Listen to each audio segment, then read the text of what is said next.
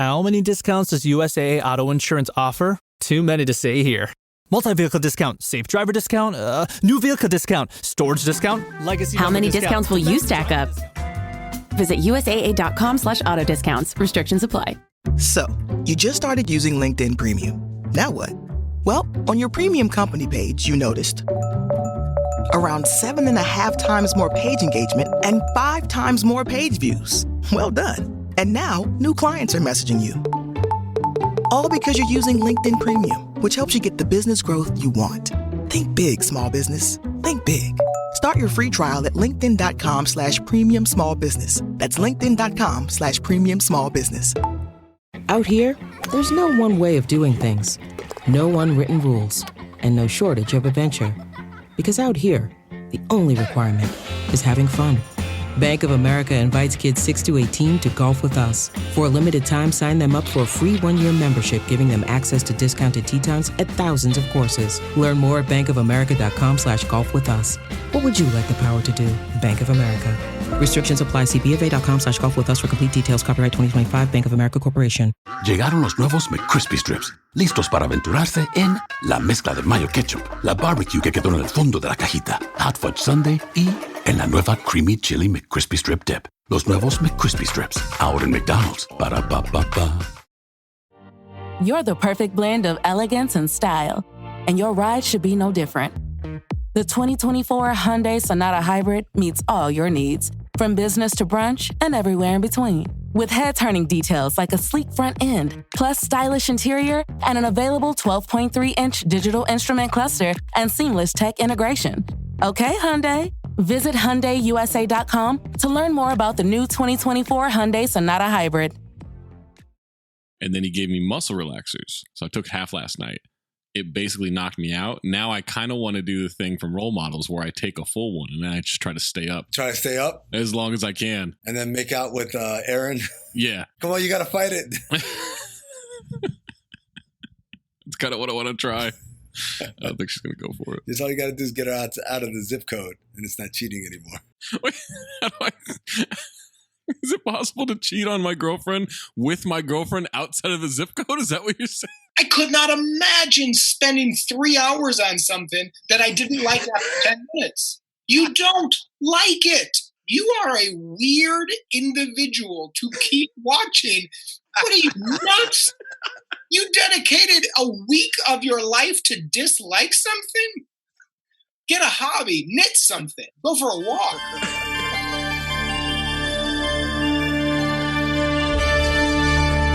Previously on Cinephobe. How am I supposed to go back to the me before all of this pain? Excuse me? We're new in town and we've never had sex before. Would you give us a hand? I would have rather seen his cock. Out of the way, Bobby! This episode in this movie exists. You bet your sweet ass I saw a lawnmower man. Oh, Teddy. I'll call some guys from my neck of the woods. We're not talking, Brooke, about a couple of queens who know a few grapples. We're talking about Polacks that don't have a goddamn future. You have a stupid heart and a stupid brain. Regular Einstein. You think I'm a coward? You're wrong. I'm not a coward. You're the coward. I'm not a coward. I love cocaine. I do it all the time. I'm sorry, you guys. I don't mean fag like homosexual. I mean fag like retard. I got nukes shooting out of my dick right now. I've got so many nukes. Dick Nukem. I mean, look at this buffet of ass. Mouth to dildo, dildo to ass, ass to ass. Hi, Brant. Anal beads. I'm the goddamn talent, Maze. Look, Gene, I've never told anyone this before. My head! But I can suck my own dick. And I do it a lot. 1038. This movie is shit. You don't know shit. Holy shit, bro. I had the same note, too. And I swear to God, both of you guys are the biggest fucking liars in the world. Howdy. You should have saved this for the train. All right, au revoir, Lubin.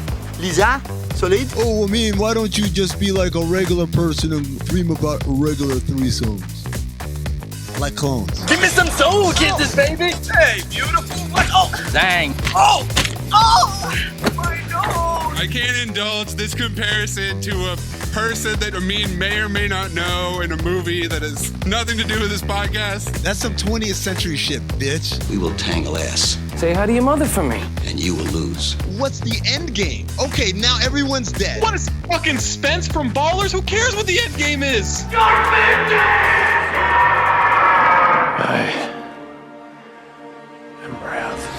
Positivity!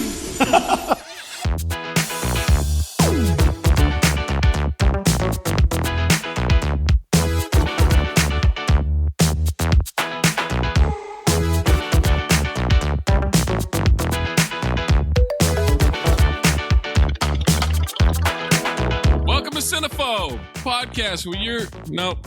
Welcome to Cinephobe, the podcast where you're listening to us break down the movies you're afraid to admit you love. I'm Zach Harper. That's Amin Al-Hassan. That's Anthony Mays. This is Patreon exclusive content. So, if you have friends, family, or enemies that want to listen to us do this movie or any special movie on any special holiday, make sure you send them to patreon.com/countthedinks if you're a Patreon subscriber, which I'm guessing you are at this point if you're listening to this. Thank you. We appreciate it. Now, why don't you go leave a review on Apple Podcasts? If you have a review, review it. 5 stars or more. Wait, can you do more? I don't know. Zach's back is healed, but his brain is broken. Yeah, my butt got massaged to the point where I can't think anymore. You know what? Try to leave more than 5 stars on an Apple Podcast review. Do that. If you can do that, I don't know, we'll get you something. No, we won't. Or we won't. I don't know. That might be an empty promise. Also, if you have a submission, submit it. Just needs to be 40% or lower on Rotten Tomatoes for the audience or the critic score. This Patreon exclusive content is in celebration of Memorial Day. And so what better way to celebrate Memorial Day and the troops than with the 2007 action-adventure comedy Delta Farce. War comedy. A war comedy. Ooh. War? What is it good for? It's a war on comedy, maybe. Delta Farce stars Larry the Cable Guy. You know that shitbox from the Cars franchise? He was also in Witless Protection. Playing Larry. Tooth Fairy 2. Playing Larry. Jingle All the Way 2. Playing Larry. Oh, boy. And A Medea Christmas. What? Wait a second. There was a Medea, Larry the Cable Guy crossover? I wouldn't call it a crossover, I'm guessing. I think he's probably just in it. The cinematic universes are colliding. Is that what you think happened? Yes, Medea has a whole universe of movies that Medea appears in, and Larry the Cable Guy has a whole universe of movies that Larry the Cable Guy universe appears is a in. real loose word. It's a lot of there. Yeah, man. Like, this is nuts. You never had Ernest meets Air Bud. That never happened back in the day. Wait, I think that did happen actually. Did it? Didn't it? Welcome to Cinephobe. Bill Engvall. Also not funny. You know him from the blue collar comedy shit. Blue Commerce. Blue Commerce. The Jeff Foxworthy Show. The Bill Engvall Show. And Catching Faith 1 and 2.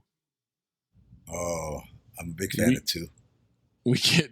You didn't like 1, but you liked what they did in 2? How they brought it together? Like Horrible Bosses 2. We get DJ Qualls, whom you know from The New Guy and Hustle and Flow. In Road Trip. We get repeat offender. I wish I knew how to quit you. Glenn Morshower from Tango and Cash. We get repeat offender Edo Ross from Action Jackson. Yep. Repeat offender Keith David from Armageddon. Oh, he's back. Repeat offender Lisa Lampanelli from Drillbit Taylor. Yep. I never thought she could get a role smaller than the one in Drillbit Taylor. They found a way. Do it. I don't know. She's kind of the hero of this movie. And then repeat offender Danny Trejo from Anaconda. That's all I got for people of note in this movie. Yeah, and Michael Papa John is also in one scene. He was in Eraser. Do you think his rival is Michael Papa Murphy? No. His rival is Dom Domino. Perry Pizza Hut? Mike Little Caesar. Richard Roundtable. Oh, Richard Roundtable. I like that. All right. This is already funnier than anything that happens in this fucking movie. Delta Farce is directed by C.B. Harding. It's directed?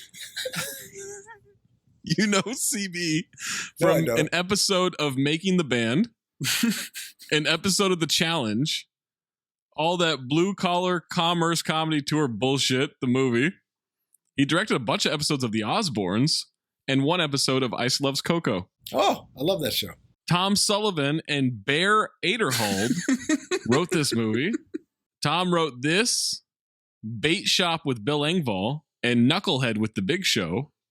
And I'm guessing Bear is his writing partner because those are his credits as well. The chemistry of those writing partners is really tremendous. Synopsis for Delta Farce.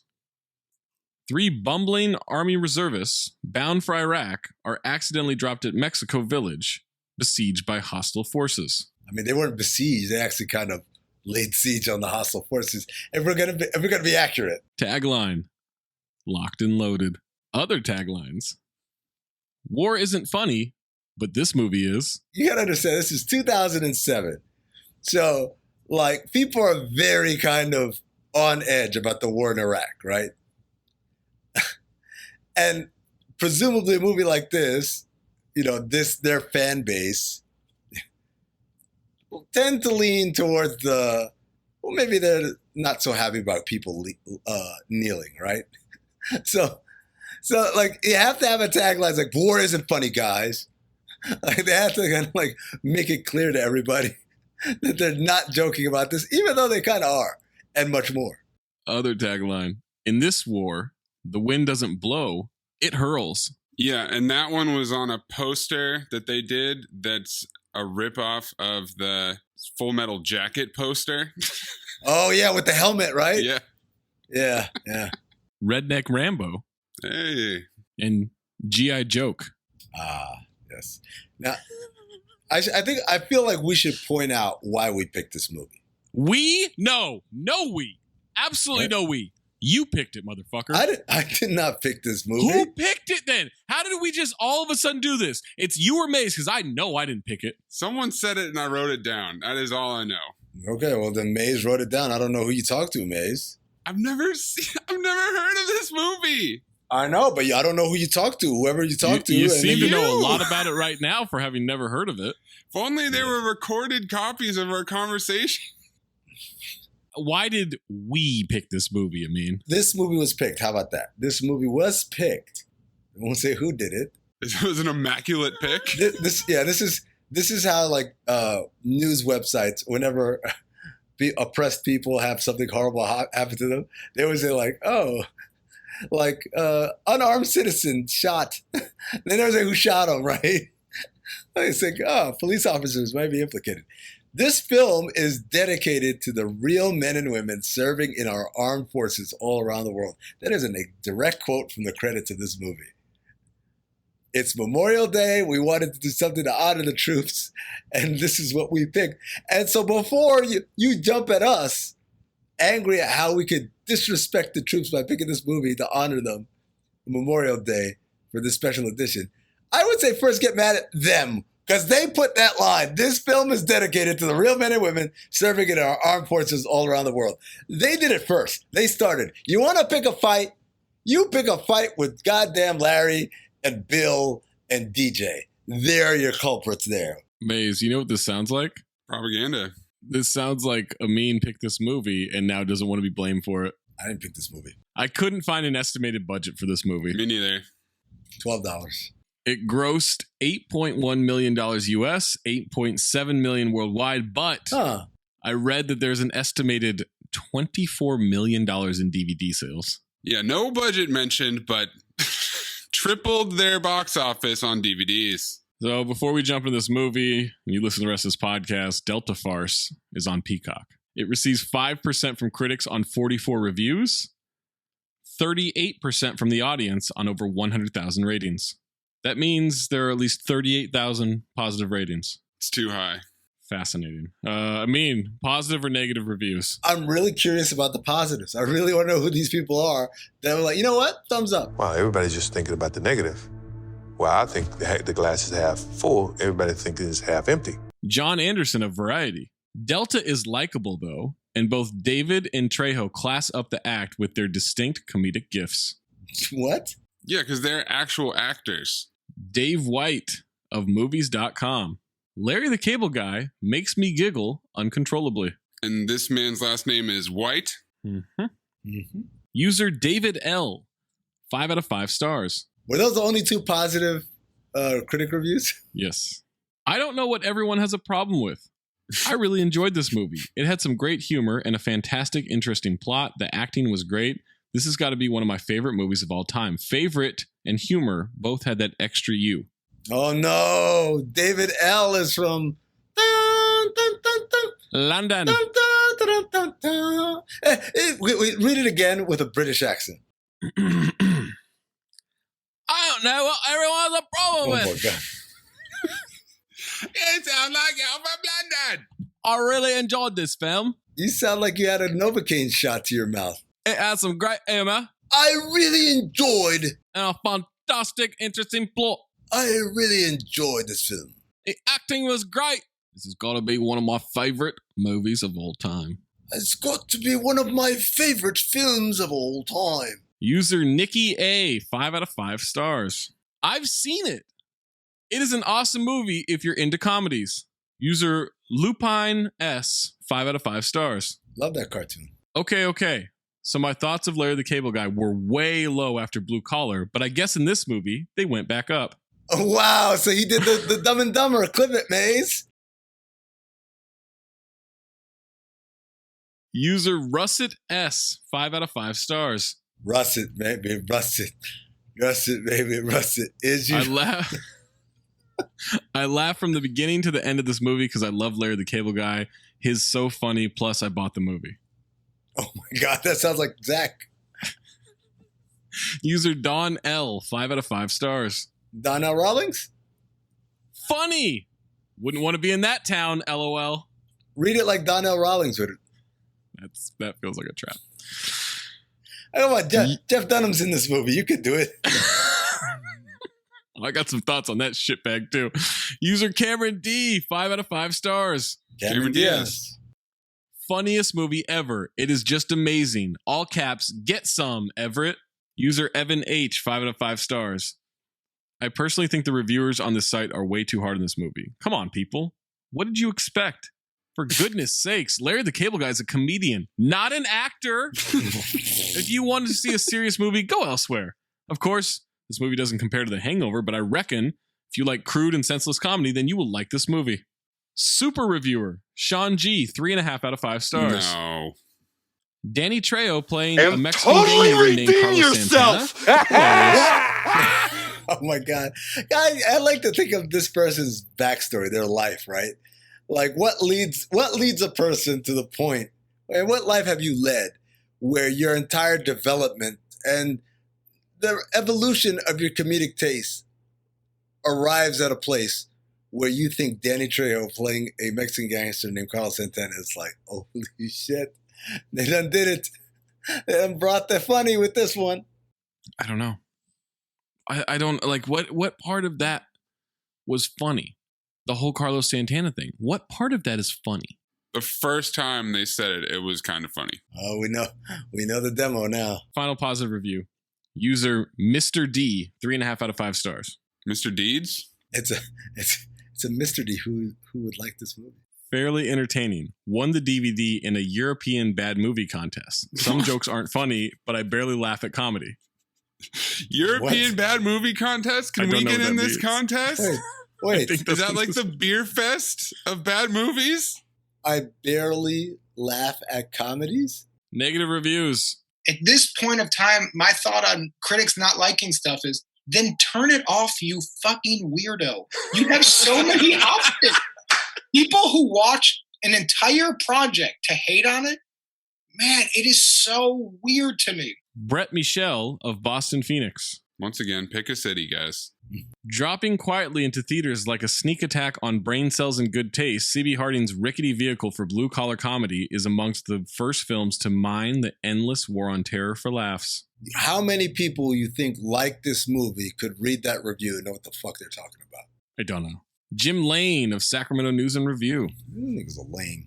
Whatever your pet sensitivity, the military, rednecks, gays, Mexicans, this movie is an equal opportunity denigrator. True. Although not enough black jokes. Wait, are you offended there weren't more black jokes? Were there any black jokes? Felt left out. Yeah, they're kind of like... Jason Thompson of Bullseye.com. Actually, Jason Thompson, didn't he play for the Kings? Yeah, he's like fourth all time in games played for the Kings. Nice. Larry the Cable Guy is not and has never been and never will be funny. The sooner everyone realizes this, the faster his movie career with go away. Yes, it says with go away. Well, it did. Will go away. It did with go away, though. Linda Cook of I've got some trivia on that too, by the way. Linda Cook of Quad City Times, Davenport, Iowa. It's okay to write comedies about Moranas, long as you don't.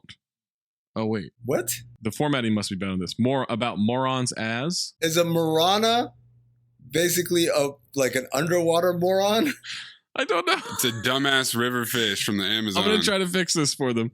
It's okay to write comedies about morons as long as you don't insult the intelligence of the audience in the script. More on that later. Stephen Garrett of Time Out.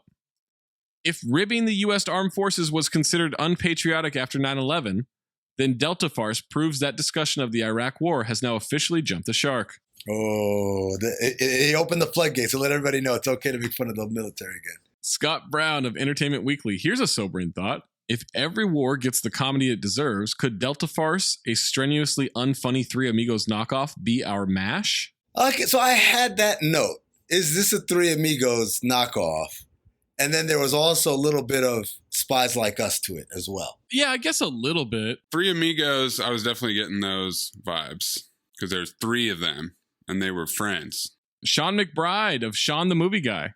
I can honestly say I didn't laugh once. I can honestly shut up. Larry Ratliff of San Antonio Express News. Larry the Ratliff guy.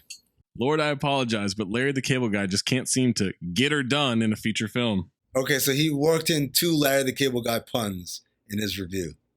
And we're supposed to listen to him. Eric D. Snyder of ericdsnyder.com. An almost inconceivably bad movie, i.e., it is so bad, it is hard to conceive how someone could have conceived it. If you want to conceive a movie, conceive it. And then last one, Michael Ferraro of Film Threat. Throw me the keys to the Ferraro Rocher. Am I throwing you the keys to a Ferrari or to chocolate? Both. Okay. A motion picture so awfully annoying, I couldn't even find a reason to recommend it to my dead dog, Corky. Whoa. I feel like Michael Ferraro's going through something there. How are the reviewers like equally as bad as the movie? Kind of an envy reference there. Corky? Dead? Yeah. Oh, Corky! Oh, my Corky boy! Oh. Summer's here, and you can now get almost anything you need for your sunny days delivered with Uber Eats. What do we mean by almost? Well, you can't get a well-groomed lawn delivered, but you can get a chicken parmesan delivered. A cabana? That's a no. But a banana? That's a yes. A nice tan? Sorry, nope. But a box fan? Happily, yes. A day of sunshine? No. A box of fine wines? Yes. Uber Eats can definitely get you that. Get almost anything delivered with Uber Eats. Order now. Alcohol in select markets. Product availability may vary by region. See app for details. Here at the Almond Joy Factory, where tropical vibes abound, we use soft, fresh-tasting coconut. The crunchiest almonds and delicious chocolate candy. Ah, but do you know what our most important ingredient is? Sometimes you feel like a nut. Sometimes you don't. Almond Joy's got nuts and something even way better than that. Yes, Almond Joy is made with almonds and joy.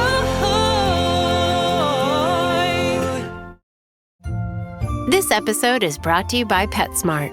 Stop by for Yappy Hour with your pet at PetSmart. Save $5 on walk-in grooming services like nail trims, ear cleaning, brushing, and more. No appointment needed every weekday from 2 to 6 p.m. And while you're there, Yappy Hour includes exclusive in-store deals, like 25% off pet toys. Visit services.petsmart.com/grooming to learn more.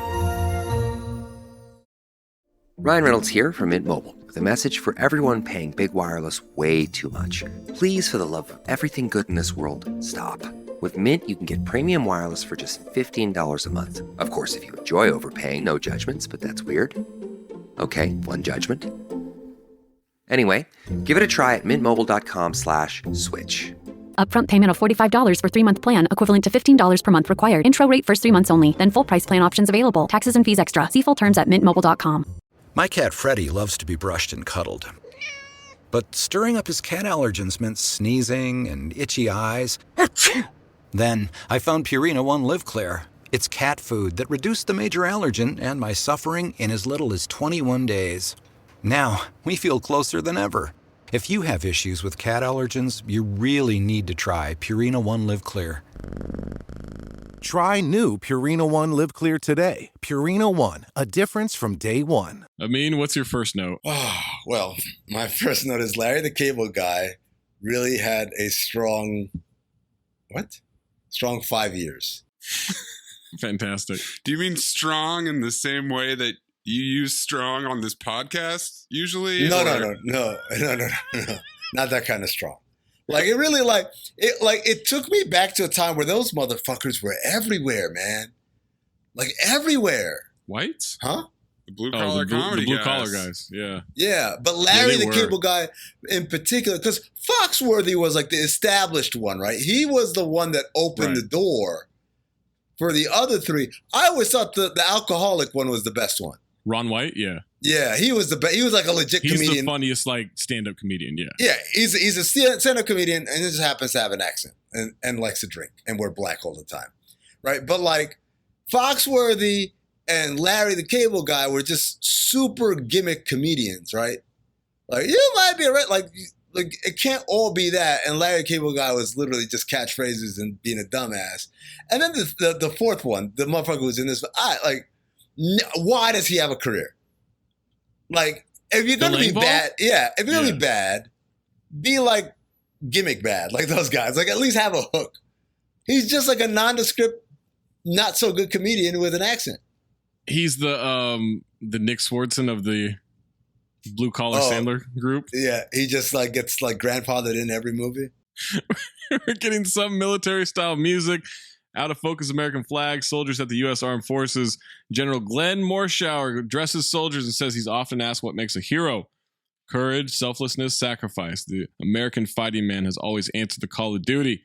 America is in need of some of its best and brightest. Some wonder if America still has heroes. Cut to Larry the Cable Guy dressed as a red cowboy. Somebody say hero? Phobe. Hero. He doesn't talk like this in real life. More on that in the trivia. Just lock it in for me, Maze. Zach, you went quick. You went quick on the phobe there. As soon as I saw him. I'm gonna just say this, without giving it away. There's a moment where I said, "This all pivots on this one thing happening. If it does happen, it's gonna be a phobe. If it doesn't happen, it's gonna be a file." He's serving food at a diner. A woman finds a hair on her meatball sub. He says, "Don't worry about it. I'm using a new conditioner." Get it? Because that's like it's his hair, but he's trying to make light of it. His girlfriend walks in. He calls her sugar britches. Thinks she wants a lunchtime quickie in the bathroom. Turns out she's pregnant. Great news. He just got promoted. He grabs the diner's microphone, announces she's having his baby. Salad bar will be free for an hour. Unlimited fixins, bacon bits, and chickpeas. He gets down on his knee and proposes to her. He wants her to say it into the microphone. And then she says, "It's not your baby." And we get an actual record scratch noise. Yep, and canned gasps. I don't understand.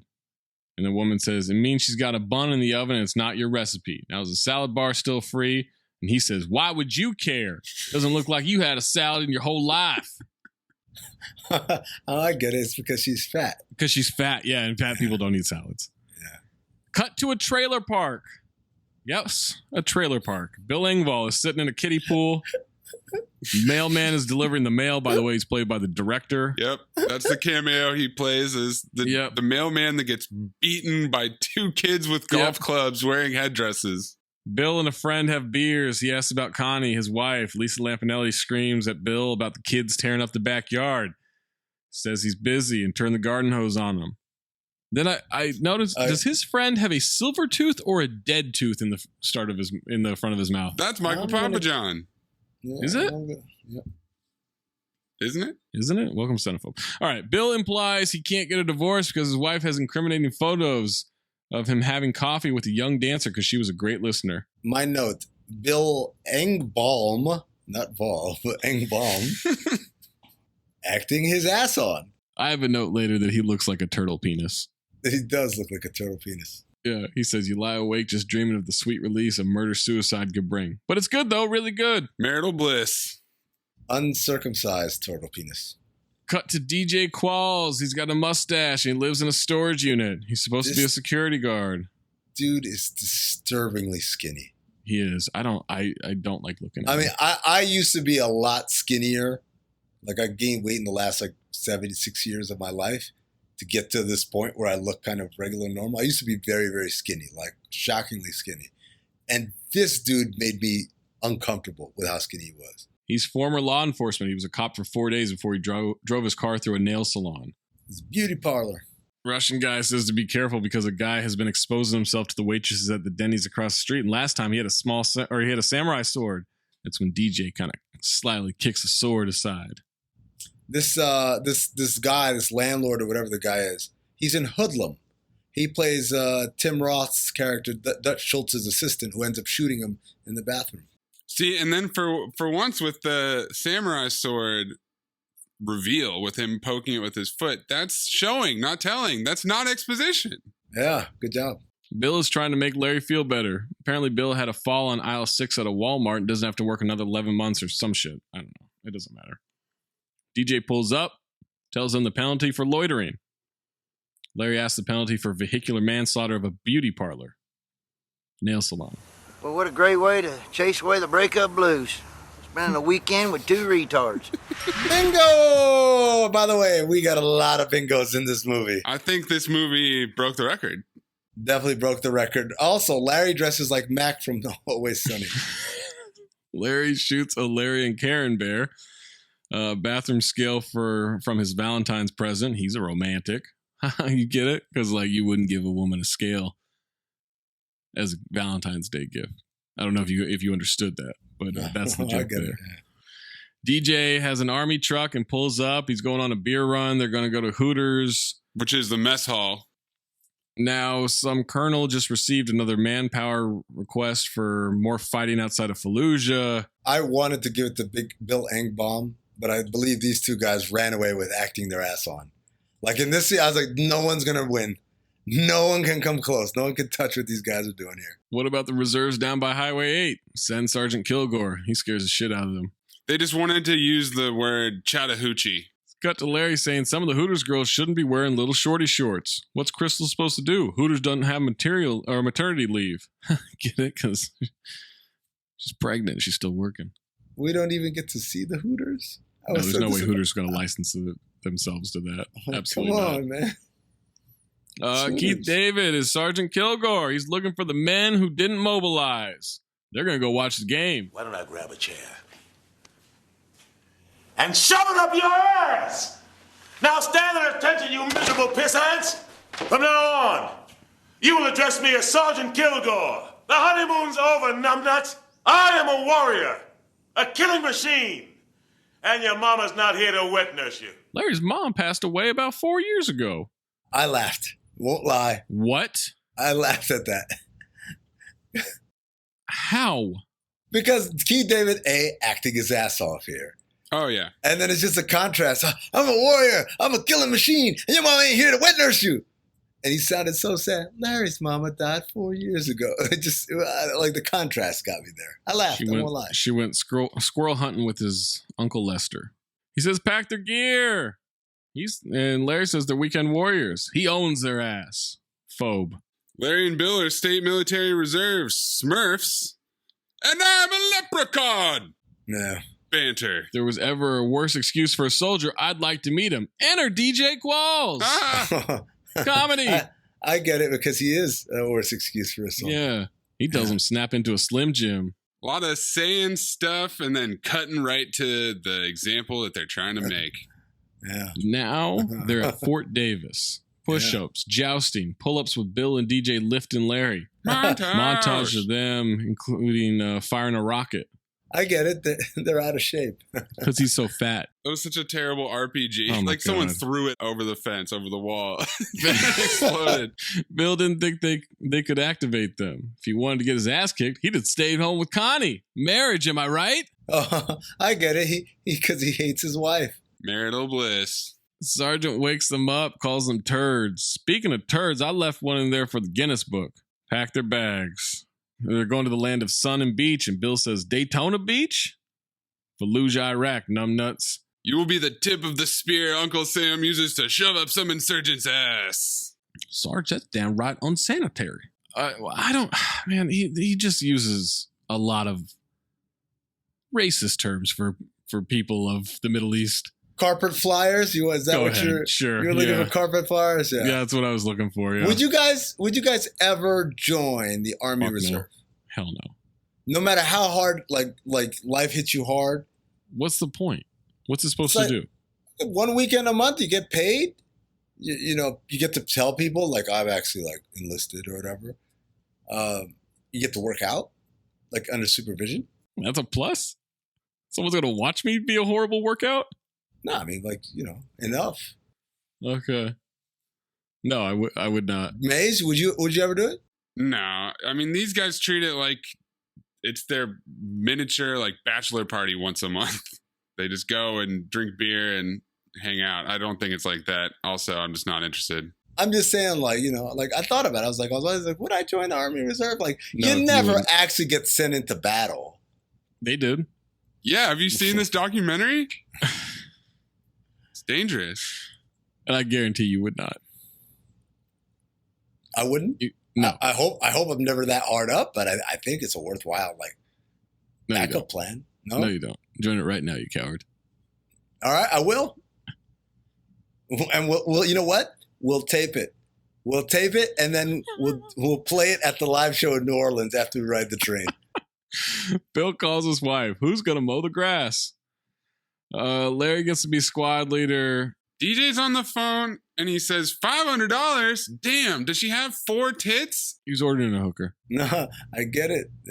He's trying to get some last-second play before he's got to go to fight. So he's like Rockhounds. By the way, when they're walking into, like, the hangar or whatever, there's Larry exchanges pleasantries with this black infantryman, and they dap, and it was a terrible dap. And I said, I could tell just by looking at the guy, he's going to give awful dap. Larry or the black guy? The black guy. Oh. The black guy initiated the fist bump post dap. No black guy ever initiates. I think they're saying jokes at this point, but I don't know. There's a Mongoloid versus candy ass discussion. Yeah. DJ is pretty proud to be a Mongoloid. Also, Larry's uniform doesn't say like a last name or even cable guy. It says Larry. Why would it say cable guy? Why would it say Larry? His last name? Why would his last name is the cable guy? The cable guy. It's Dutch. My next note, why are we doing this movie? How is this Memorial Day? DJ's talking about how to strike a man while they're on the plane. They go and sit in the army truck on the cargo plane. They want a good night's sleep. There's a fart noise. Who farted? DJ says that Chuck Norris used the heart punch on the set of Walker's Texas Ranger to kill some smartass intern. I expected way more fart jokes in this movie. They didn't give us a fart joke. They gave us the absolute classic, the inception of all fart jokes, right? The beginning of all fart jokes was the who farted, right? It was a t-shirt in the 80s, who farted, and that was it. You bring a whole house down off of who farted. 80s sitcoms loved it. Who farted? Live studio audience. And so here in 2007, so you know what we're going to do? We'll give a nod to the classics. Have somebody fart and say who farted, boom, end scene. Severe weather alert during the night. Kilgore sees the soldiers aren't in their spots. He goes looking for them. Cargo door opens for some reason. They've got to dump some weight or something. Okay. All right. So this is good because when they start falling out the plane, I wrote, maybe I missed it, but how did this stuff fall out? Like, why is the door open? And I thought about rewinding, and then I realized that like Peacock doesn't do the Netflix style rewind where you can see frame by frame. And I said, you know what? Doesn't matter. Kilgore gets tied up in some dropping cargo. The army truck's out too that they're in, parachuting to the ground. The pilot was Sully from Brooklyn Nine-Nine, by the way. They land in the desert and think they're in Iraq. So this is it. Iraq. Jewel of the Middle East. Land of the Hammurabis. Iraq? Oh, damn! Damn! Hey, we're not... Hey! We're in Iraq! Damn! We gotta find him! What in the name of Siegfried and Roy are you fellas doing? Don't ask. Don't tell. I get it. Because that was the thing in the Army. Yeah, for gay people who wanted to be in the military. They couldn't stop them from being in there, but you weren't allowed to admit it. Yeah, I get the joke. Catchphrases. Also, let's not forget the music. The faux Middle Eastern music. Oh, yeah. Yeah, this was very much like you were talking about the jump music, where it sounds like something recognizable, but is just a bad copy of it. DJ says they're in a hot zone. Then he jumps down, crashes onto their only radio. It's shot. Just like they notice Kilgore passed out on the ground. They think he's dead. DJ just keeps yelling, KIA, KIA. Bill says it's going to be a lawsuit. They bury him above ground. Yep, because they couldn't dig into that tough, dry desert. So they just put a pile of different dirt on top of it. DJ is pissing into a canteen while they give a eulogy in case they run out of warfare. Or in case they run out of water during warfare. DJ prays for Powerball help during his eulogy. It's up to 90 million. The piss will come back later. I promise. Yeah, future callback. Gearing up montage. Oh, grab shit, guns. I had the same note too, bro. Literally gearing up montage. Grab guns, cargo, and take the doors off the SUV for some reason. Then they slap a gas, grass, or ass nobody rides for free bumper sticker on it. Where did they get that from? All right, ladies. Let's get her done. He said it. This fucking hack looks right at the fucking camera for all those fuck ass hicks in the goddamn audience of those podunk Arkansas movie theaters. Just said, let's get her done. And I guarantee every one of those fucking Trump supporters laughed and hooted and hollered in that fucking theater. No, because they said it with him. They said, let's get it done. Let's get her done. Everybody's getting it done. Zach. I just want to remind you, we don't get political here. Republicans listen to podcasts too. I don't care if you're Republican, Democrat, Libertarian, whatever. If you laugh at Larry the Cable Guy, I hate you. Thank you for being a Patreon, by the way, as you listen to this. If you laugh at Larry the Cable Guy, I want you to unsubscribe. No, don't do that. And then resubscribe. They drive off to reveal the SUV was on a Mexico City mileage sign. Oh my God. In the middle of the desert, and mariachi music starts.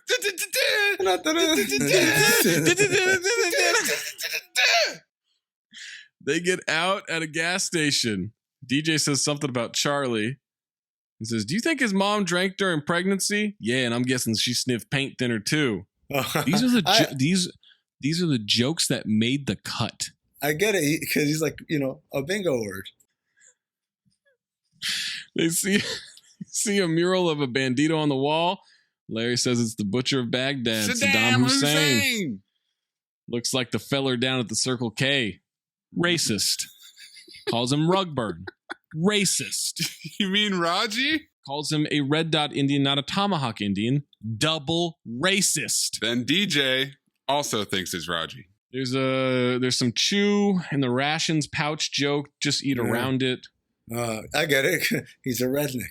Back on the road, they're lost. The hacks are lost. Two guys and a donkey are walking, and DJ shoots down the animal for no reason. They're running after DJ, wondering what he's doing. Then Larry and Bill stop because this ain't Cops. I was on Cops once, remember? Who could forget? High-speed pursuit followed by indecent exposure. Best Thanksgiving ever. Banter. Hack. My note. What is this? Is this exposition? No. I want Larry to spell exposition. Get her done. That's how you spell everything in Larry's wrote. Larry screams. That is I am Groot. Larry screams, who are you? Bill says they're not deaf, they're Iraqi. DJ asks if they're turds or shitites. I think you mean Kurds or Shiites.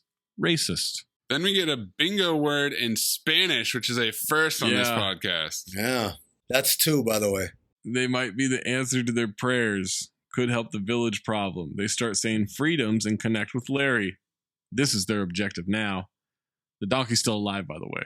Iraq.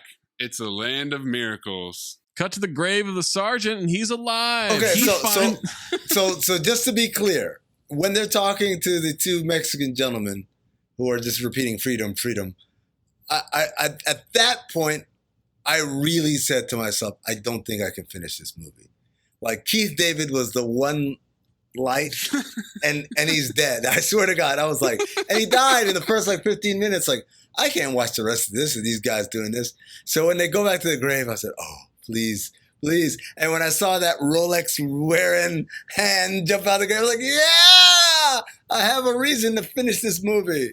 Cut to the grave of the sergeant. He's alive. He finds the canteen and drinks the piss. Oh my God. He bathes in it. I get it. He's bathing in the piss that I said to you earlier that would come back and play a rank. Also, thank God he's alive. Then there's a lens cap on the binoculars joke. He sees 4 insurgents. He calls the guy Saddam. They believe they see fedayeen. And Larry says he had fedayeen at a Parthenon cafe once. Greek food goes right through him. IBS. Hack. They see a hot woman being taken. You know what they say in the Army. Semper Fi. That's the Marines. Yeah. I'm pretty sure they're not going to do that the whole movie, are they? They get in the SUV. DJ puts in a Flight of the Valkyries CD. Larry doesn't like it. He puts in Eastbound and Down, loaded up and trucking. This is fun because I wrote, remember CDRs? Because it was like a burn CD. Right? Yeah. And then I scratched out 20th that note. century, bitch. Hold on. I scratched out that note and said, remember CDs? Not even the recordable one. CDRs. I remember CDs as technology. Bill starts firing. DJ starts firing. They're shooting up the town as the bad guys get away. It's Rambo. DJ's yelling at a Virgin Mary statue. Larry caught a guy. DJ was talking shit joke. I don't know what that note means. Shit joke. Is it a joke about shit or is it joke? Is the joke itself shit? I don't know. Or is the joke itself just a shitty joke? It's not good. I'll guess that's what I meant. I don't know. DJ yells, I am your king. Bow down before me. not just a job, it's an adventure. That's the Navy. Oh, that's surely the last time they'll do It's got to be the last one, yeah. Hot girl kisses Larry on the cheek. That easy, man. Wishes the Sarge. All you gotta do is capture one bandito, and the hottest girl in the village will come right up to you. Wishes the Sarge was there to see this. Cut to him at a gas station. He has the chaw ration. Spits it out. I get it. He's eating the chaw. And I like how he self-expositions. Well, at least they left me food, like out loud. Keith David stops a car with 2 guys. He doesn't know what they're saying. He wants a ride to town. El Rado and El Caro to El Towno. They're going to take him to their house and do the usual. Tension. Tension. Really? Can you feel the tension in the air right now? I know I can. I can feel it all the way down in my plums, getting all swollen with a light blue hue to them. Fresh and juicy, ready for the picking. This is the problem because the whole tension gambit works because we're assuming, deconstruct the comedy here for a second of this podcast. Assuming like there isn't any tension. You meant of this podcast. I thought you meant the movie. No, I meant of the podcast. It's like we say tension often for scenes that have no sexual tension because it's funny, right? To just like misconstrue everything as sexual tension. So of course I did that here because I thought there's no way they would be just that heavy-handed and blunt with it. Boy, would I be wrong. DJ will guard the prisoner. No phones in the town. They'll maintain their position. Larry's feeling good. A couple days ago, he had more problems than a Cub Scout at the Neverland Ranch. Now he's found his true calling. I get it. It's a Michael Jackson pedophile joke. Iraq's the most dangerous place in the world, except for maybe Detroit. We get a burqa comment, and then they're taken to a Mexican party or something. I've stopped taking notes. That's my note. One guy speaks English. Their countries are very close. That's right. Friends in freedom and democracy. They serve tacos. The guy that speaks English is Frank and Charlie's landlord from Always Sunny. Oh, that's right. Oh, yes, he is. I knew I recognized him. That Frank is always just fighting with. But Frank's always fighting with, that's right. Larry said it's probably a camel-ass taco. Racist. Then he sees the hot woman again. She introduces herself as Maria Garcia. Her father is the mayor. Bill says Larry is General Eisenhower. Our town is your town. Enjoy yourselves. Larry's mad he introed him as a general. What'd you want me to say? Hey, Maria, this is my buddy Larry. He just got fired from Cowboy Frank's and his girlfriend is carrying a parolee's baby. Which is actually the right move. Good job, Bill. Oh, I get it. His Uncle Charlie was already married. Did that line already happen? No, it didn't happen yet. I thought you stopped taking notes. I took another note here. It says, and I thought, look, now this is where I begin to question myself, right? Because What? the This note is a I real wrote, behind the curtain meta experience podcast Yeah. for me here. the note I wrote was not the note I had in mind when I teased it earlier. But the note I wrote is, if he kisses her at any point, I will file. I thought I wrote, if he kisses her at any point, I will phobe. And now I'm really torn. You play your cards right, you may end up with a war bride. War bride? Every American soldier's right to take a wife in the combat zone. My Uncle Charlie came home with one from Korea. Boy, Rose was pissed. Oh, I get it. His Uncle Charlie was already married. To the army. Leave the driving to us. That's Greyhound. That's probably the last one. Catchphrase jokes. And one of the biggest jokes in this movie is that they're too dumb to make the joke. Like, Larry misunderstands words and then it allows him to make a shit joke. It's like, okay. DJ's interrogating the prisoner. He says he's a poor Mexican. DJ threatens to ship him off to Guantanamo Bay right now. I get it. Guantanamo, Gorgonzola. DJ's in a sniper suit. He brought it from home. It's a Swamp Thing. You look like a retard Chewbacca. That's number 3. Where are the weapons of mass destruction? You turned her shit-eyed. Prisoner realizes they think they're in Iraq and starts laughing. He says, "You're not in Iraq, gringo." DJ thinks they're in France. And then gringo is the first thing that Larry has recognized this whole time. Yeah. Not gracias, by the way. But gringo. Larry runs into the street, sees Bill drinking, mariachi bands, knows they're in Mexico now. Larry thinks they've invaded Mexico and doesn't want to go to jail for going AWOL. Prison's full of chubby chasers. I get it. He's talking about prison rape. When Larry figures out in Mexico, the camera's like shaky handheld, and then he screams? Like, why does he scream? Isn't it better to be in Mexico than in Fallujah? No, but they just shot up like a Mexican town. Like they technically invaded. Like in real life, yes, they're in deep shit, man. They just started a fucking war in a sovereign nation.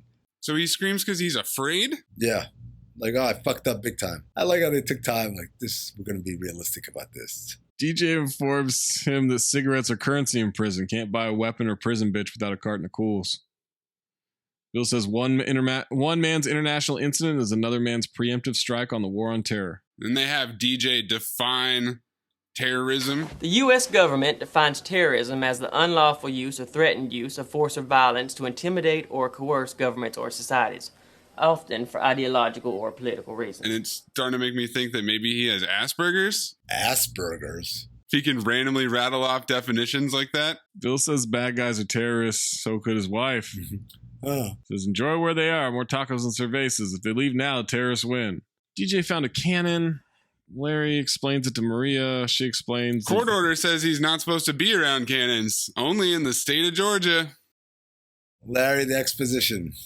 Larry the exposition with Bill. Larry the exposition with Maria. Yeah, he admits that he's not a general and that he's not funny. The Banditos leader. Wait. Because not to be outdone, Maria's position makes an appearance. Anything you can do, I could do better. Anything better than you. No, you can't. Yes, I can. No, you can't. No, that's okay. And exposition.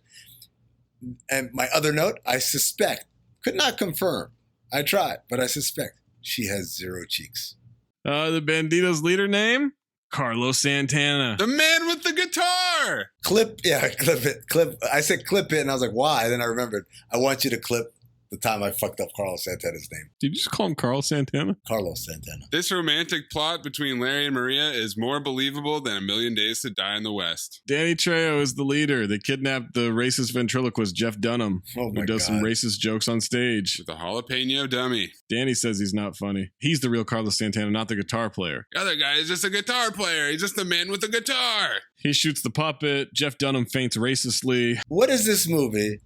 How is this not a 0%?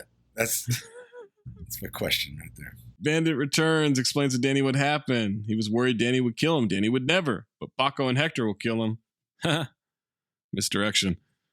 Instead of going after the village, Danny says he doesn't work on the weekends. Tonight's karaoke, and then he jumps on stage and sings I Will Survive. I almost wish they had let this go longer. Tonight, It's karaoke! At first I was afraid, I was petrified. Kept thinking I could never live without you by my side. But then I spent so many nights thinking how you did me wrong. I grew strong, and I learned how to get along. And so you're back. Bill and DJ are hungover. DJ wakes up in a dress. They want to know if Larry banged Maria. They do the chimichanga. Larry says they should wait there and wait for the army to pick them up. Tells an excited Bill to relax because it's not the infield at Talladega. They want to be hospitable and back, which I don't know how that's possible when you're the guest. Larry wants the mayor to keep it a secret. They'll fix their infrastructure. Mayor wants them to fix the well. DJ climbs out and says, the problem is it's dry. Then he pours out dirt. Mm-hmm. I get it. Larry crosses his arms disapprovingly, and then we get an infrastructure montage. Oh my God, chores, crafts. I get it. He's dumb. Outhouse humor. Oh, I get it. He was taking a shit. Larry and the guys drive back out to the spot where the cargo was dropped. They could use the medical supplies. They see the undone grave of the sergeant. Whoa. I wrote, I pull up in the exposition. I'd be like, oh no, he did it. Could have been critters, the chupacabra, grave robbers, who cares? You can get a top dollar for a testicle on eBay these days. Cut to the house, and Sarge is in a dress chasing the men who took him. He drives a scooter across the desert. What the hell? Damn, Keith, the check couldn't have been that big. It could not have. He comes out in a red lingerie nightie. And lipstick and makeup on, which, by the way, just going to throw this out there for all future comedy writers who might be listening to this. I don't think rapists take the time to make up their victims. I think they just go ahead and rape them. Well, these guys are doing the usual thing. That's true. Bill's trying to fix the radio. Bartender says use the telephone. It's not in town, but he can show him where. And Bill wants to keep everything a secret because he has to call his wife. Tells her they're in Mexico, and they argue about something. I don't really know what. I don't care. The bartender's trying to warn him. He doesn't listen. Are you guys shocked that in a movie that has no plot, no acting, no dialogue, none of that shit, you had Lisa Lampanelli and you didn't use her at all? To just be like, let her be the bitch wife, right? Let her, because that's her thing. She's the queen of mean. She's one of the best ever at shitting on people, right?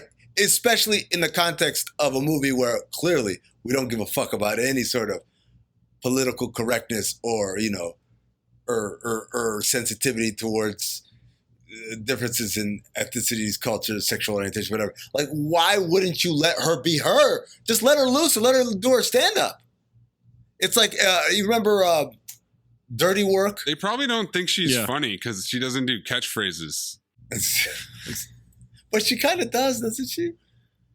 All I could think of was like in Dirty Work, they had Don Rickles for like 5 seconds. But in those 5 seconds, they just let him roast everybody. Yeah. Like he was just being Don Rickles. Hey, you're the manager of a movie theater. No, you're not. You're Don Rickles. And Don Rickles did Don Rickles, and it was fucking hilarious. And you had him there for the one day, and that's it. Like, you had Lisa fucking Lampanelli, and instead you chose to give us fucking be all that you can be jokes? Yeah, I'm shocked they couldn't really nail the comedy down in this thing. Bartender tries to warn them someone's coming. He doesn't listen, but it's Danny and the Bandits that cut the telephone line. Bill will only tell him his name, rank, and favorite cereal. What's your favorite cereal? My favorite cereal? Golden Grahams. Really? Yeah, I love Golden Grahams. Maze, what's your favorite cereal? Non-sweet edition, I like Life. Motherfucker, just pick a favorite cereal. What the? Edition? What cereal would you eat right fucking now if you wanted cereal? I mean, half the cereals are like fucking candy bars. That's all. Like Reese's Puffs is really good, but that's, I'd rather have a Reese's. I mean, what's your favorite candy? Well, if you were talking protein bars and not actual candy, this is what I would pick. Fuck, man. It's called cereal. But yeah, no, I don't like those fucking, like what he just said, the Reese's, like, that's just too much, man. Just give me a regular cereal. My favorite cereal, either Cinnamon Toast Crunch. No, just pick one. What do you mean either? Pick one. I like cereals, man. I like a lot too, but I picked one. Okay. Damn, you sound proud. I'm a proud boy. Wait, no. Whoa. I like how you also just said you don't like the sweet ones and you picked Cinnamon Toast Crunch. No, that's not. But it's not. It's not like chocolate and peanut butter. It's like a regular cinnamon. I do not like Cinnamon Toast Crunch. I don't understand the love. Oh, of it's it. great. It's beautiful. Okay. I wouldn't say it's beautiful. It's a beautiful cereal.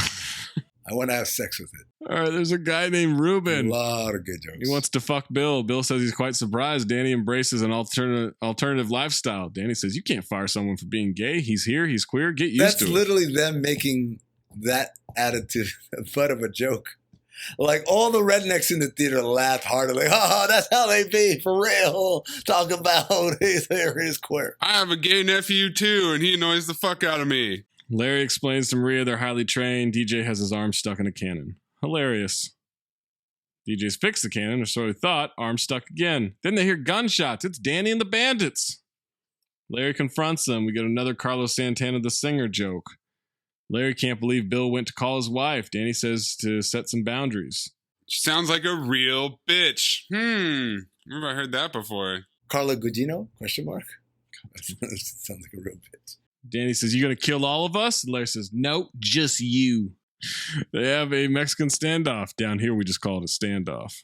Then they just let Bill go? Because he said, no, I'm not going to kill everybody. I'm just going to kill you. And he's like, oh, shit, you got me there.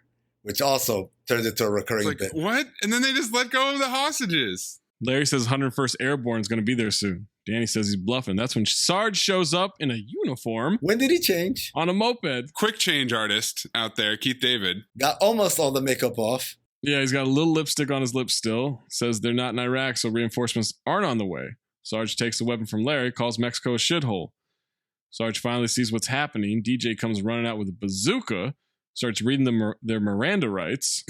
At one point, Keith walks in front of Larry, who says he's got a situation, and Keith says, you bet your ass we got a situation, which sounds just like, you bet your sweet ass I saw a lawnmower man. Oh, Teddy. Mexican standoff joke again.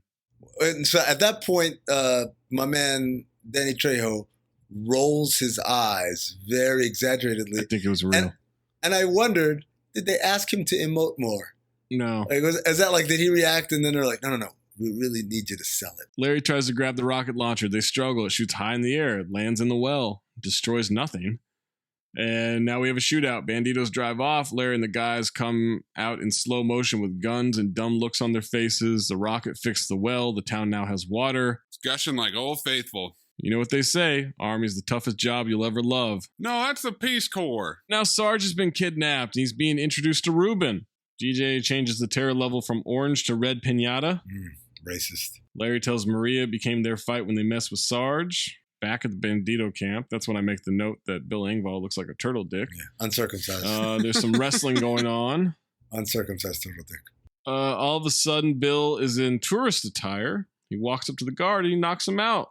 They took a wrong turn at Buenos Noches. A lot of quick change acts in this movie. Larry's fat ass falls into the compound for over the fence. Too fat for this shit. Too fat for this shit.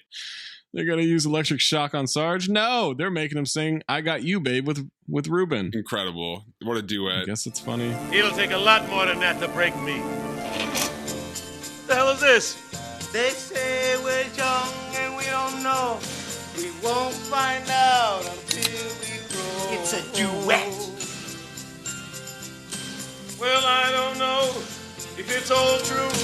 'Cause you got me and baby, I got you. Babe, I got you, babe. I got you, babe. Why? I mean, like... Why? Right.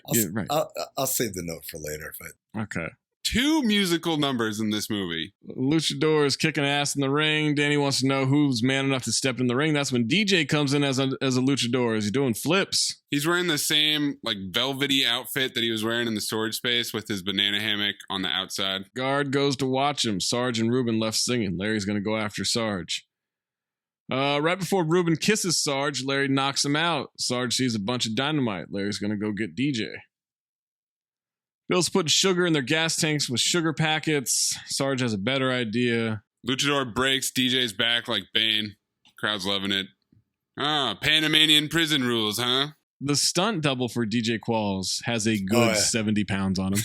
Not only that, he's like 5 shades darker. This dude is really tan. The stunt double. DJ Qualls wins. He pins him. He counts him out himself and then says, "I'm the king." Says, get ready for the full force of the U.S. military. I know you. You're the retarded guy with the bazooka. Oh, Number 4. It was a rocket launcher. Larry comes in with the machine gun. These gringos are like a bad case of crabs. Can't get rid of them. I don't know if this is the point because, again, I stopped taking notes.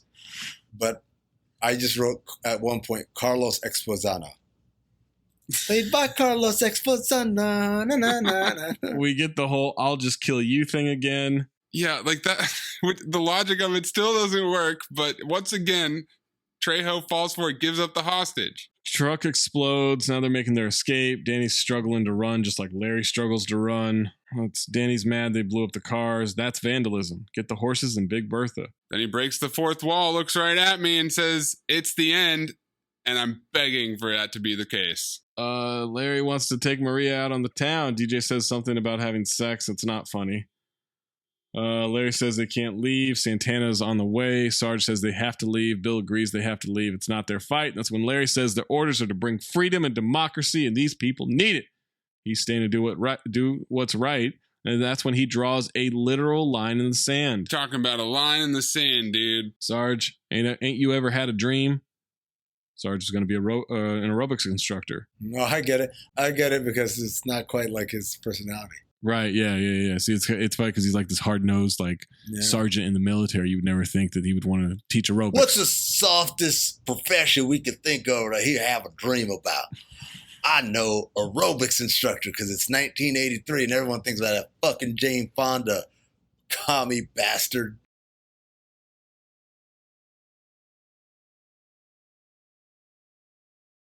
Would you leave your wife and kids in a town like this? No, damn it. Larry gets Larry says, be all you can be. They're like, yeah, you got it. Oh, yeah. It finally paid off. Bartender calls Larry and the soldiers to see Big Bertha, which is a tank.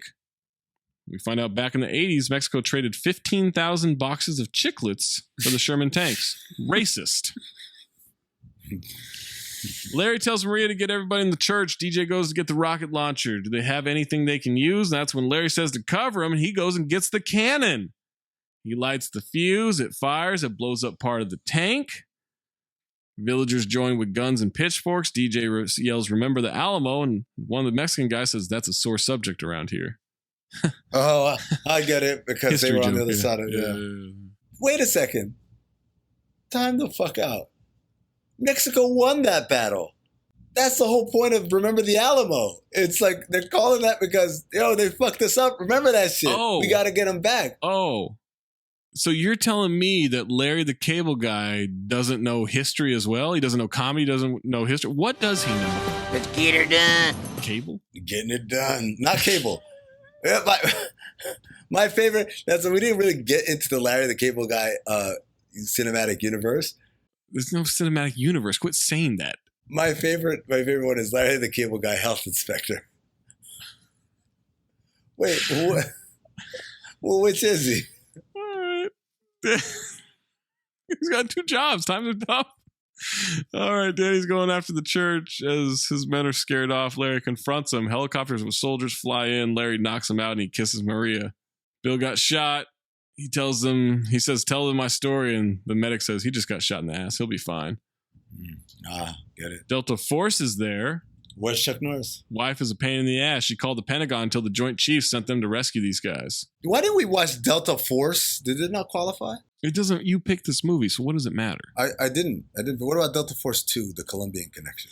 11% on Rotten Tomatoes. Amazingly, it made... Wait, hold on. 2007 is when this movie came out? Yeah. Because this made $6.7 million in 1986. First of all, definitely made more on video because I remember watching it in Sudan. So $6.7 million, 1986 to 2007. Inflation calculator, value of 1986, 2007, calculate 6.7. We should, Delta Force does qualify. We should have done that one. Leave Why didn't we do Delta? all of this in. $12.7 million. It actually outdid it. Yeah, we should. Why didn't we do Delta Force? I don't know. You picked this. I didn't pick this. We picked this. Why did we pick this? Cut to a news report. Operation Sombrero was a success. Don't you mean an exposition report? And then they report that Carlos Santana, the singer, was captured during it. Grammy Award-winning man with a guitar, Carlos Santana. Back to the general giving a speech like the start of the movie. Sarge, DJ, Bill, and Larry go on stage. That guy played Jesse Plemons' dad in Friday Night Lights, and there's never been a more accurate father-son casting than that. And also, he looks like Jim Gaffigan. They receive a medal. Sergeant Kilgore now has a boot camp workout. It's highly successful in Miami. DJ's now on the cover of Pro Wrestler Monthly. He became Carne Asada, Mexico's most popular professional wrestler. Oh, I get it, because it's kind of like Spanish, but actually it's just like steak. Well, Amin, I know what you were thinking to yourself, right? There's no way that the joke about Bill Engvall slipping on aisle 6 at a Walmart is going to come back and pay off later in the movie. Well, hold on to your fucking britches, okay? Okay. Sugar britches. Bill now has a massive mansion. He sued the Mexican government for his injuries. Out-of-court settlement has them in Beverly Hills. Where's somebody rich that we could get this guy to live in?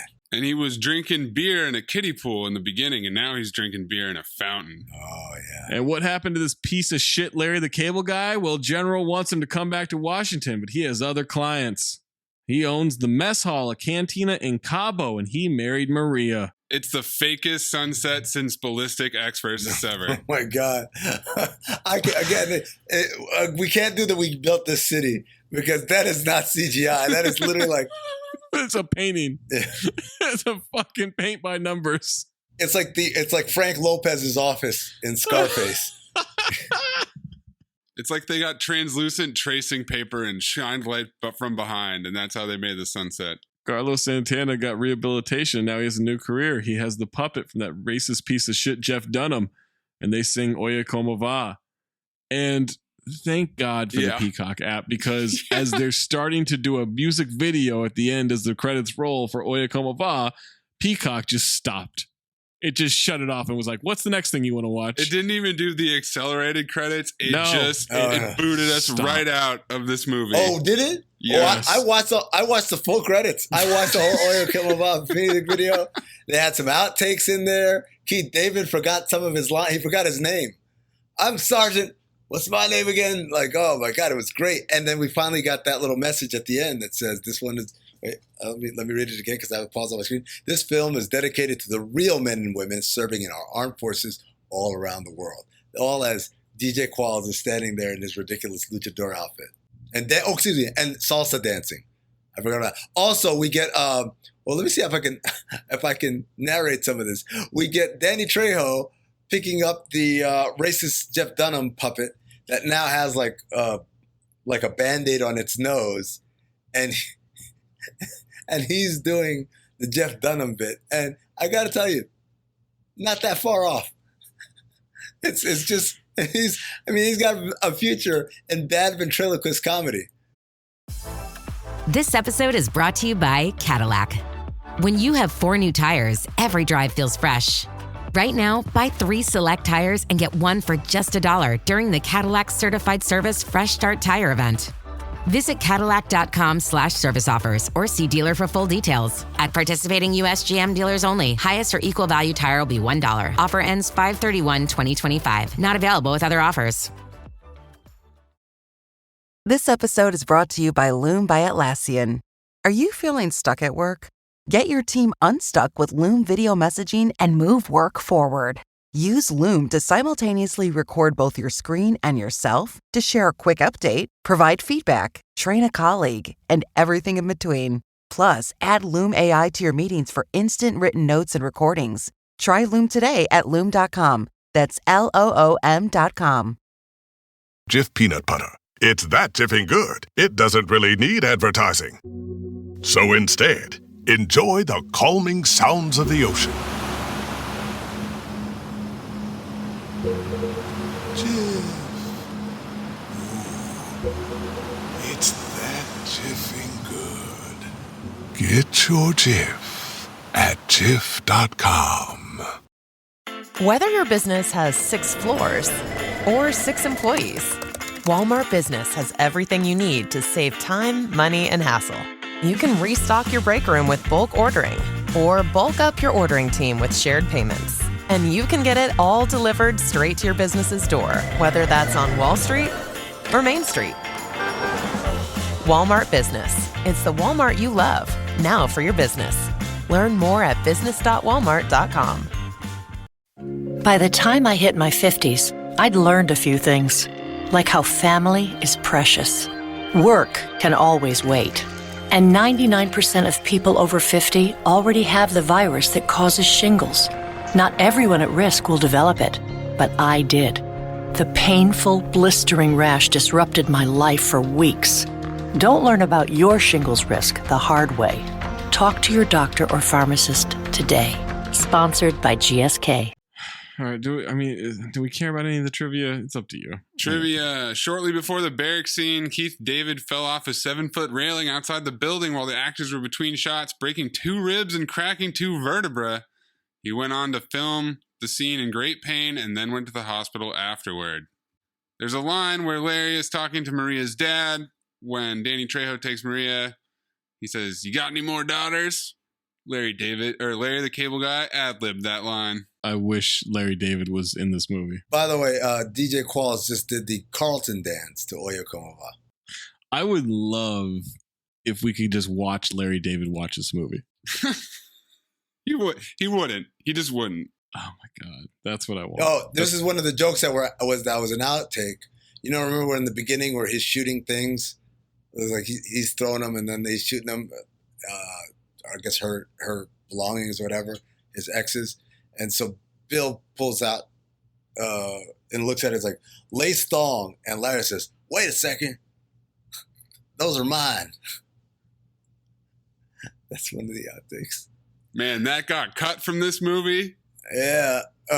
Standards. Right. Larry the Cable Guy gained 17 pounds during this movie. How is that possible? DJ Qualls, my last movie was nominated for 2 Oscars. I'd like to point that out. I mean, yeah, hustle and flow. Bill's car is a faded red Chevy with the number 8 on it. The Volkswagen is also faded red with the number 8. This is a reference to NASCAR driver Dale Earnhardt Jr. So there's a scene where they're in a bathroom or a sauna or something, and someone throws in like a smoke bomb, and Bill Engvall tries to use the same thong underwear that has just been established it was Larry's as a sort of mask or protective equipment over his face, and he passes out. Larry's just sitting there. He passes out. DJ Qualls doesn't pass out. This is in the outtakes still?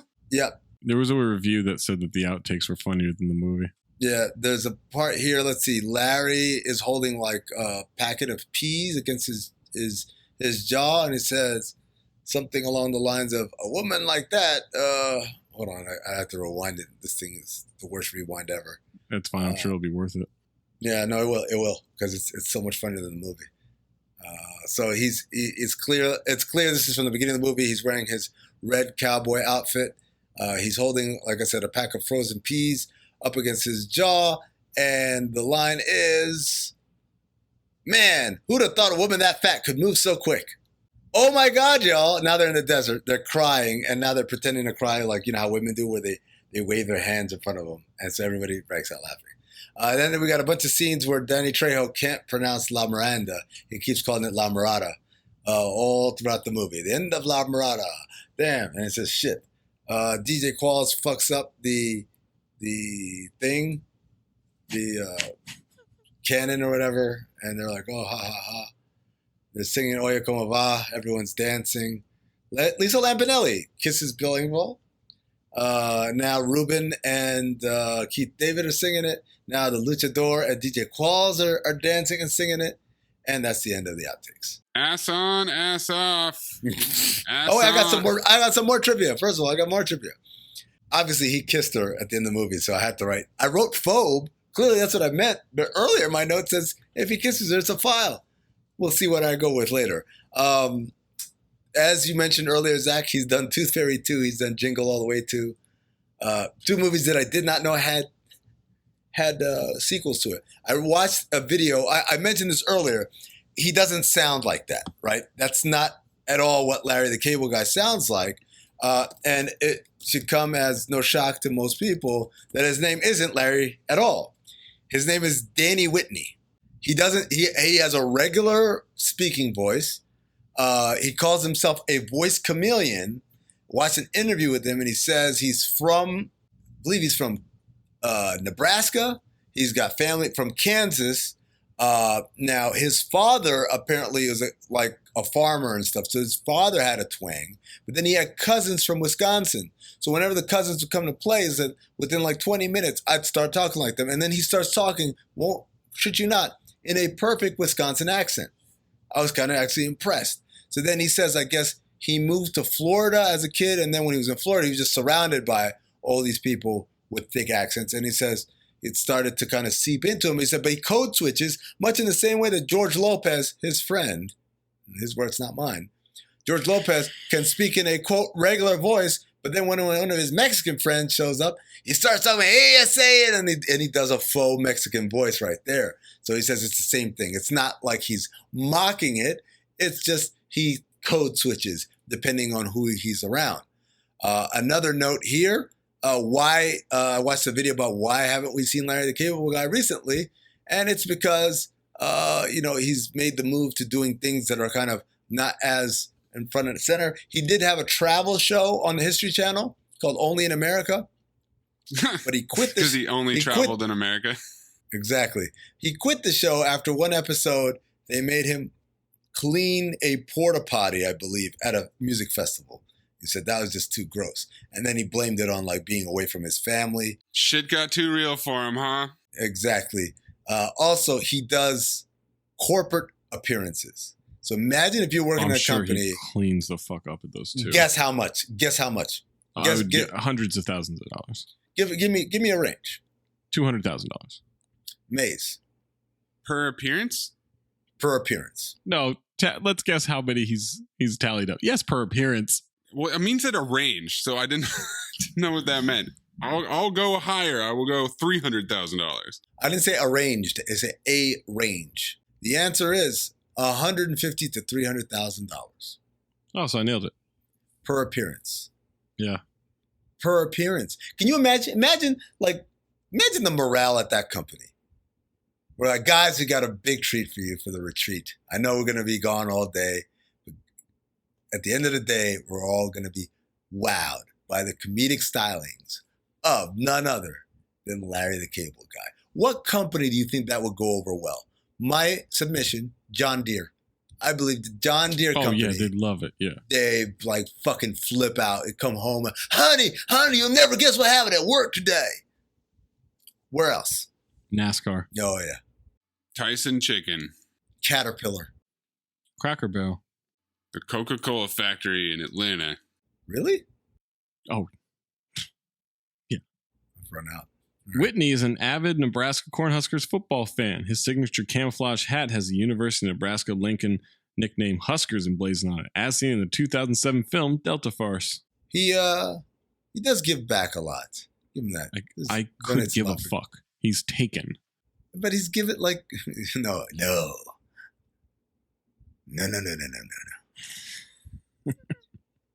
Witless Protection was the other movie that we didn't mention earlier. I did mention it. Did you? Yeah. Did you? So you're saying you did get her done? Get her done! Can we end this fucking podcast? Ass on, ass off. Go. Breathe in through nose, out the mouth. Ass on, ass off.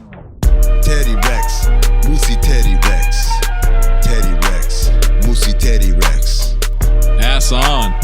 Fuck it, ass off. Ass on. Fuck it, ass off. Ass on. Take your pick, man. I think probably Bill Engvall was the worst. Yeah, Bill Engvall's awful. Bill Engvall is Bill? Yeah. No last name? Like, we know that they named it Bill and Larry because these two dumb fucks are too stupid to, like, be called by anything else. And yet Keith David, who acted his ass off, was the one who was having trouble remembering his character's name. Because he probably didn't read the script. He probably just said, cash a check. Do you guys ever watch the Comedy Central roast of Larry the Cable Guy? No. You have to. Because Greg Giraldo fucking goes nuts. And at the end of it, he's just, how are you so successful? And now on to Larry, the cable guy. This is exciting, I gotta tell you. I've never roasted a fake character before. Maybe next year we can roast SpongeBob SquarePants. Larry's whole act is a sham, like the Bible or the Holocaust. Some people say Larry's only successful because he's pandering to the lowest common denominator and blatantly and non-ironically exploiting people's racist and homophobic tendencies. Don't listen to these people, Larry. They're just bitter and jealous and right. You inbred hillbilly. You've been inside more farm animals than Purina. You're like the Trojan army. You're big, patriotic, and you both came inside a giant horse. You gravy sweating cousin fucker. Larry fucked his first cousin when he was 16, and his last one about an hour ago. You lost 50 pounds on Nutrisystem and another 10 when you shaved your back. How the fuck are you so popular? Jesus fucking Christ. This one finally broke my back. Your fans can't even afford cable. They're not coming because they think you're funny. They've never seen a cable guy. You could have come up with other characters your fans have never seen, like Larry the dentist, or Larry the librarian, or Larry the high school diploma. Thanks for letting me roast you, Larry. You make more money in a week than I'll make in my life, and that feels good, I gotta tell you. You say you've never done drugs, but watching your success has put me in rehab twice. So, thanks for ripping my soul out, you hillbilly fuck. Like, you could see Greg Giraldo, who, by the way, committed suicide, ladies and gentlemen. You could see him, like, trying to come to grips with the idea, like, I work hard, I write funny jokes, I tour, I really try to, like, switch it up and da-da-da. And this motherfucker yells, get her done, and gets millions of dollars dumped on him. How is this possible? It's stunning. It's really stunning. So, you agree on Bill Engvall? I still want to give it to those two at the beginning. The two army people were like, we need to send more troops. No, it's Bill Engvall. No, absolutely not. Ass off. None of them. Let's go. No, Keith David. Oh, Keith David. Keith David acted his ass off in this movie. What about Jeff Dunham? I believed he's a racist piece of shit. Not acting. And then that's ass on. All right, what do we got? Golden Dumpster? Oh, it's brutal. I don't know. Only nominees for Golden Dumpster are Larry screaming when he realizes they're in Mexico, Danny Trejo singing I Will Survive, and a cannon taking out a tank. You know what the frustrating thing is like, I can't even think like, oh, I bet this is retaliation for me picking, Batman vs. Superman because Amin picked this ages ago. Long before we got to Ben Affleck. I didn't pick this. We picked it. It was picked. It's really hard to come up with a Golden Dumpster on this. I don't know. You know what? You know what my Golden Dumpster is for this movie? Racism. That's my Golden Dumpster. My Golden Dumpster. The R word. Racism. The other one. The other R word. Maze? I'll go with the man with the guitar. Carlos Santana.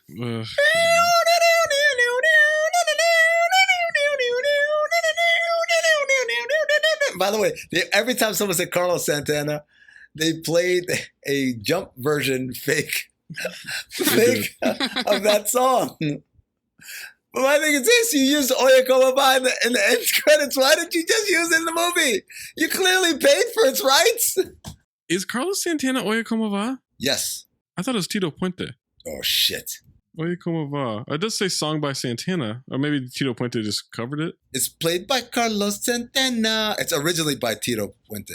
Yeah, see? Oh, fuck you. Fuck who? You. Who are you mad? I told you. Who are you mad at? You. That's even more racism. Danny Trejo should have been named Tito Puente. No, he did. Carlos Santana did a version, though. It's not his song. It's Tito Puente's song. I don't give a fuck whose song it is. What are you, ASCAP? Amin, you picked it, motherfucker. I didn't pick it. Look, this movie, like I said, I wondered how much they spent watching Three Amigos and how much they thought it compared to Three Amigos. I'm always torn when I see movies like this because I wonder whether they wrote it and they were like high-fiving in the room or they wrote it and they know this is horseshit, but it's going to make us a shit ton of money. Gotta be that one. You think so? I think they kind of high-fived. Some of these jokes, the way they go back to them, I think they were high-fiving. like the gay jokes are just lazy and the whole fucking thing's lazy. No, the whole thing, but the gay jokes are especially lazy, especially the point where they try to make fun of people actually respecting gay people. Right? That's great. Like, it's one thing like, oh, you gay, ha ha ha, pause, no homo, or whatever.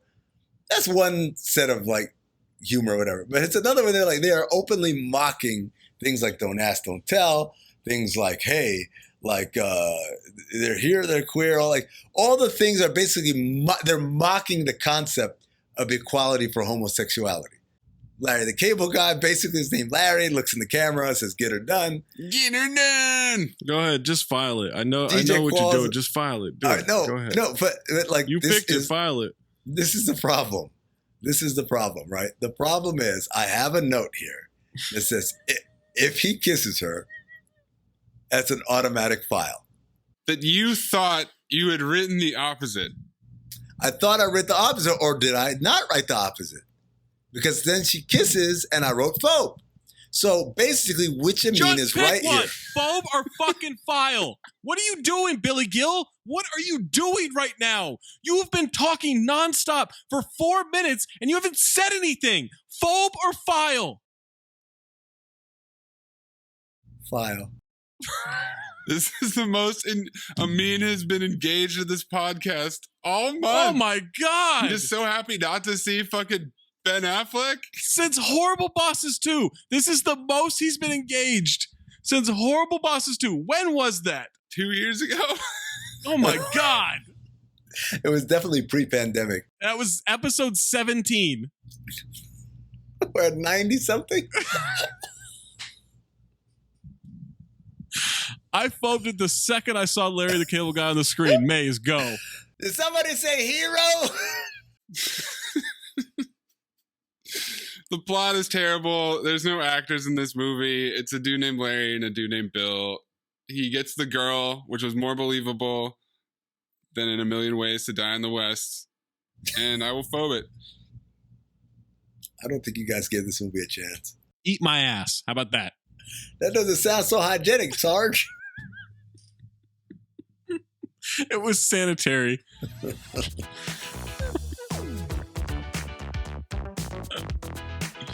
Thanks for being a patron. Okay, let's get out of here. Next time we make love, you introduce me to Jade.